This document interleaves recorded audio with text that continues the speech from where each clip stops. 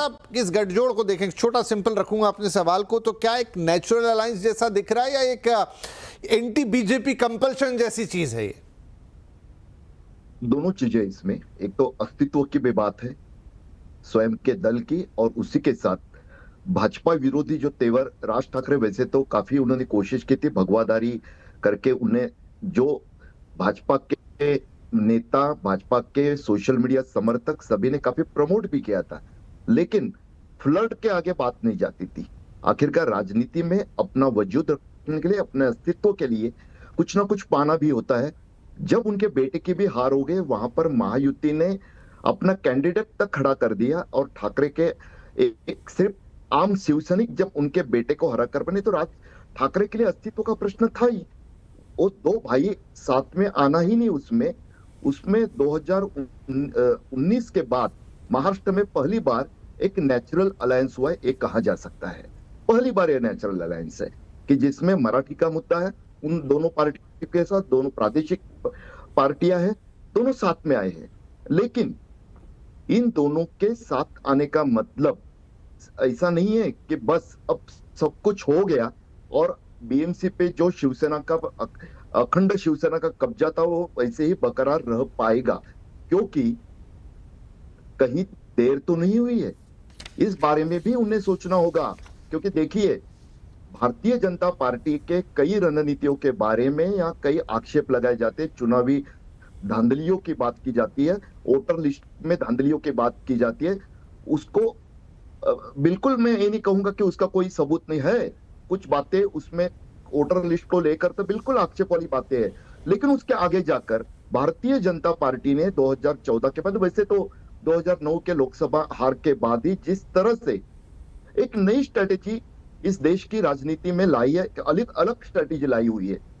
पांच साल आप भले उसे क्रिटिसाइज करें कि पांचों साल चुनाव से चुनाव तक, अगले चुनाव तक 24/7 भारतीय जनता पार्टी चुनाव के तैयारियों में लगी रहती है। क्या उस पार्टी से लड़ने के लिए, अपने अस्तित्व को बचाने के लिए, सिर्फ देखिए इस तरह का राजनीति तो काफी अच्छी होती कि एक और एक दो होते तो फायदा ही होता है, लेकिन थोड़ी देर तो नहीं हो रही है। 6 महीने से चर्चा चर्चा चर्चा, और तैयारी कहां तक आई? अब सीट शेयरिंग की बात है, उद्धव ठाकरे आज चाहते थे घोषित करना, लेकिन संजय राउत जी ने उन्हें कहीं जो कानाफूसी है उससे पता चलता है कि रोका जी। हालांकि क्योंकि शरद पवार के राष्ट्रवादी की अभी तक तय नहीं है कि उनको साथ में लेना है नहीं लेना है, तो वो ठीक है। वैसे एक बात जरूर है कि अगर सिर्फ उद्धव ठाकरे की शिवसेना की बात करें तो जैसे आनंद दुबे ने कहा, मैं आनंद जी से सहमत हूं, क्योंकि उनका शाखा स्तर का नेटवर्क मुंबई में अभी तक उसी तरह से बचा हुआ है, इसमें कोई शक नहीं। लेकिन वो मोनोपोली वाली बात नहीं रही है, क्योंकि अमित शाह जी बार बार जो एक जिक्र करते हैं, वो पन्ना प्रमुख वाला जो गुजरात में उन्होंने मॉडल अपनाया था, वो यहां तक 100% नहीं, लेकिन काफी हद तक महाराष्ट्र में, मुंबई में भी उन्होंने हर वार्ड में किया है। एक मंडल जो विधायक का चुनाव क्षेत्र होता है, वहां पे मंडल अध्यक्ष एक होता था। विधानसभा चुनाव के नतीजों ने उनको महाविजय दिलवाने के बाद भाजपा ने वहां पे एक के बजाय 2-3 मंडल अध्यक्ष किए, यानी 2 पार्षदों के वार्डों के ऊपर अब निगरानी वाले बढ़ा दिए। लेकिन माफ कीजिए, मविया के लोग, भले उनको अखरे है बात, उस बारे में संगठनात्मक फेरबदल जो हो रहे थे उस तरह की तैयारियां करते हुए दिखाई नहीं दिए। एक आखिरी बात कहूंगा कि ठाकरे युति से, 2 ठाकरे एक होने से एक जरूर हुआ है कि देखिए चुनाव, विकास, आरोप प्रत्यारोप, कितनी भी बातें हो, लेकिन जैसे संविधान बचाओ का मुद्दा, वोट जिहाद का मुद्दा विधानसभा में, लाडली बहन का मुद्दा विधानसभा में, उसी तरह से इस बिना मुद्दे के चुनाव को, जिसमें वोट जिहाद का मुद्दा भाजपा महायुति भुनाना चाहती है, फिर एक बार उस चुनाव में मराठी का मुद्दा जरूर एक नया आ गया है। जी विनीत जी। हाँ ठीक है मयूर, मराठी का मुद्दा नो डाउट आज उन्होंने बोला भी कि हम शपथ लेते हैं कि जो भी मराठी मानुस के अगेंस्ट जाएगा उसको हम हटा देंगे, मिटा देंगे, और ये तमाम बातें। तो ये लोकल चुनाव में इस तरह का फैक्टर कितना अपीलिंग होता है? हमने विधानसभा चुनाव भी देखा। और दूसरी बात ये भी कि साथ तो आ गए हैं दोनों। देखिए, वोट शेयरिंग के लिए कह रहे हैं, वो राउत साहब का बयान सुन रहे थे, हालांकि राजनीतिक बयान है प्योर कि भाई ये तो दो भाई हैं और ऐसी क्या शेयरिंग है, तो फैमिली वाली बात है। तो ये तो शायद इतनी बातें अब सबको समझ में आती है कि राजनेता कैसे बोलता है। लेकिन एक पुराने वक्त की बात कि जब किसके पास लीगेसी जाएगी, लीडरशिप को कौन संभालेगा, और वो अलग हो जाना और अब फिर साथ में आना। भले ही आप बात कर रहे हैं मराठी मानुस की, लेकिन क्या वो मराठी मानुस को उस तरीके से अपील करेगा? देखिए, अपील जो है ना, कास्टिस्ट अपील जो होती है वो हमेशा कहीं ना कहीं दिखती है, उसका रिफ्लेक्शन होता है। लेकिन जब पोलराइजेशन होता है तो एंटी पोलराइजेशन भी होता है, इसको कभी नहीं भूलना चाहिए। अगर आप बात करेंगे कि मराठी वोट एक हो रहे हैं, चलिए हम मैथमेटिक्स की थोड़ी सी बात कर लें। मुंबई के 100% वोट में से अराउंड 42% से लेके 44% के बीच में, क्योंकि ऑफिशियली कास्टिस्ट जो सर्वे है वो ऐसा कुछ मुंबई का इस समय ऑफिशियली सरकार की तरफ से आया नहीं है, तो हमें थोड़े से जो जानकारी पब्लिक डोमेन में है वही उसी से इस शो में काम चलाना पड़ेगा। तो 40 से 44 के बीच में जो है वो मराठी मतदाता है। इसके सामने 19% जो है वो मुस्लिम मतदाता है, 18% के करीब उत्तर भारतीय मतदाता है, 16% के करीब जो है गुजराती मतदाता है, 8% के करीब आपके साउथ इंडियन, पंजाबी, सिंधी मतदाता है, कुछ 1-2% जो है वो क्रिश्चियन मतदाता है।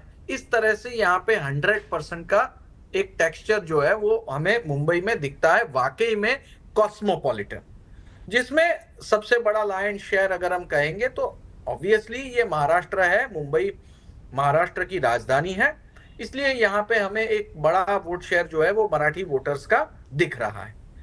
लेकिन सवाल यह है कि क्या वो वाकई में वन साइडेड है? जितना कहा जाता है, जितना अखबारों में है, जितना ये नेता कहते हैं, जितना टेलीविजन डिबेट में चर्चा होता है, देखिए अगर ये चीज होती तो विधानसभा में इस तरह के नतीजे नहीं दिखते। क्या देवेंद्र फडणवीस मराठी नहीं है? क्या एकनाथ शिंदे मराठी नहीं है? ये महाराष्ट्र है, महाराष्ट्र में हर एक आदमी मराठी है। और जो 3-3 पीढ़ी से गुजराती महाराष्ट्र में रहते हैं वो भले ही गुजराती हैं लेकिन वो भी मराठी है। तो ऐसे में ये बात करना कि मराठी मानुस जो है वो वन साइडेड वोट करेगा, मैं इस बात को नहीं मानता। वहां पर निश्चित तौर पर सोच के अनुसार, विचार के अनुसार, विचारधारा और इलाके में किस व्यक्ति ने कितना काम किया है, इसके अनुसार वोटिंग का रुझान है अलग अलग दिशाओं में। लेकिन जिस तरह की मारा पिटाई हुई है उससे जो एंटी पोलराइजेशन है वो बहुत ही रैपिड है और वो अक्रॉस मुंबई में है। इसी के साथ कांग्रेस पार्टी अगर कोई ना कोई कारण ढूंढ लेती और कह देती कि हम यूबीटी और एमएनएस के साथ बीएमसी का चुनाव लड़ रहे हैं, तो बात कुछ अलग होती। क्योंकि हमने एक चीज देखी है कि जो एंटी बीजेपी वोट है वो पूरी तरह से पोलराइज हुआ है।